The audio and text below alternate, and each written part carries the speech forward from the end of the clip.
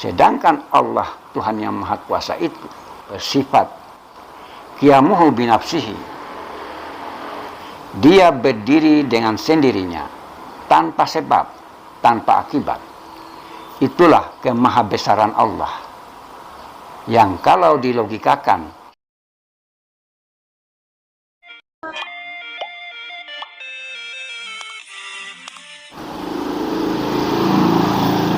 Bismillahirrahmanirrahim.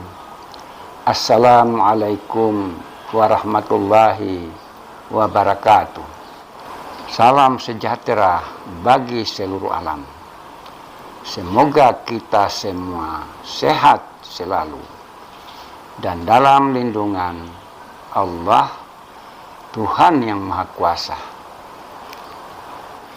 Dalam hadis qudsi, Allah Subhanahu wa ta'ala berfirman, Al-insanu sirri wa ana sirruhu wa sirri sifati wa sifati la ghairi. Manusia itu adalah rahasiaku, kata Allah, dan aku adalah rahasianya. Sedangkan rahasiaku itu adalah sifatku, dan sifatku itu sesungguhnya tiada lain adalah aku. Hadis ini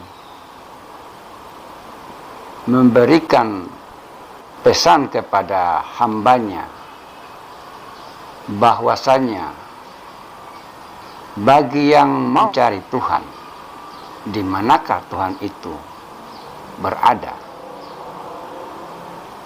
Sedangkan Allah itu tidak menempati ruang dan waktu, karena Allah itu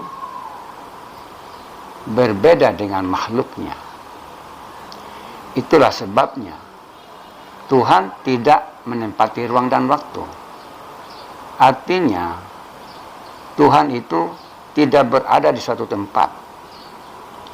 Sedangkan yang berada di suatu tempat itu adalah makhluk, artinya yang diadakan. Dengan hadis ini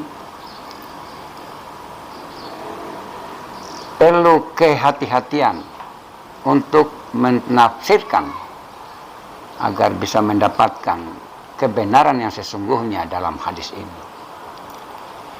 Siapakah Allah itu dan di manakah Allah itu bersemayam? Sedangkan dalam hadis yang saya katakan tadi, manusia itu adalah rahasiaku, kata Allah, dan aku menjadi rahasianya manusia itu. Dari kata rahasia yang disebutkan Allah dalam hadis kursi ini,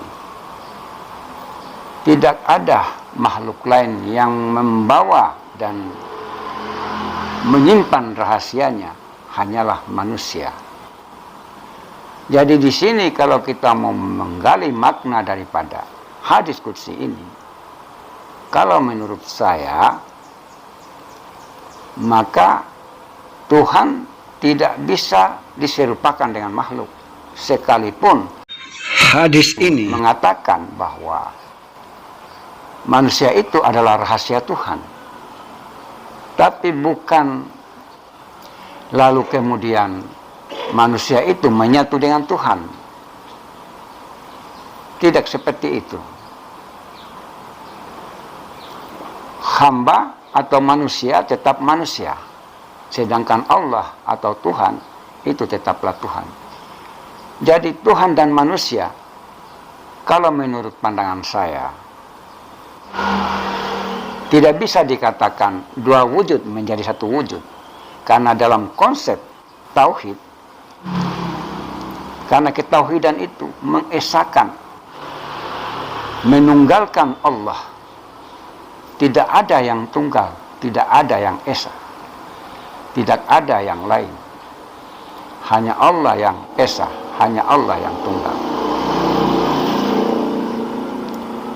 Jadi tidak ada dua wujud menjadi satu wujud. Yang ada hanya wujudnya, wujud dirinya. Yang lain tidak akan pernah ada.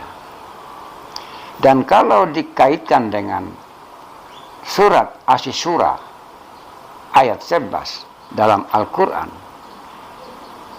laisa kamislihi syai'un, Tuhan tidak bisa diserupakan dengan sesuatu apapun. Tidak bisa diserupakan. Artinya apapun bentuknya. Yang namanya makhluk, yang namanya ciptaan, itu bukan Tuhan. Baik yang dilihat, yang dipegang, yang didengar, yang dirasakan, yang diimajinasikan, yang dipikirkan, yang dihayalkan, dan masih banyak lagi. Tidak bisa diserupakan dengan Tuhan, karena semua yang saya katakan tadi itu adalah makhluk. Makhluk adalah yang diadakan, yang sifatnya baharu, artinya akan mengalami kebinasaan karena sifatnya baru dan baharu. Sedangkan Allah, Tuhan yang Maha Kuasa itu, dia bersifat qiyamuhu binafsihi. Dia berdiri dengan sendirinya, tanpa sebab, tanpa akibat. Itulah kemahabesaran Allah, yang kalau dilogikakan sangat tidak masuk akal. Dan itu adalah fakta,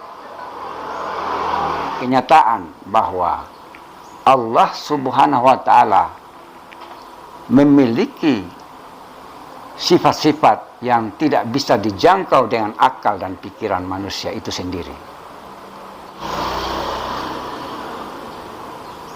Kiranya apa yang menjadi pembahasan pada video kali ini, mudah-mudahan kita diberikan kesehatan, diberikan umur yang panjang, dijauhkan dari segala mara bahaya, dimudahkan dari segala urusan, serta semoga kita selalu berada di jalan yang diridhoinya.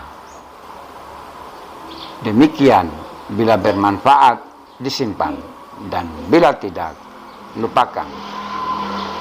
Karena kebenaran yang hakiki itu hanyalah milik Allah, Tuhan yang Maha Kuasa semata. Sekian, wassalamualaikum warahmatullahi wabarakatuh.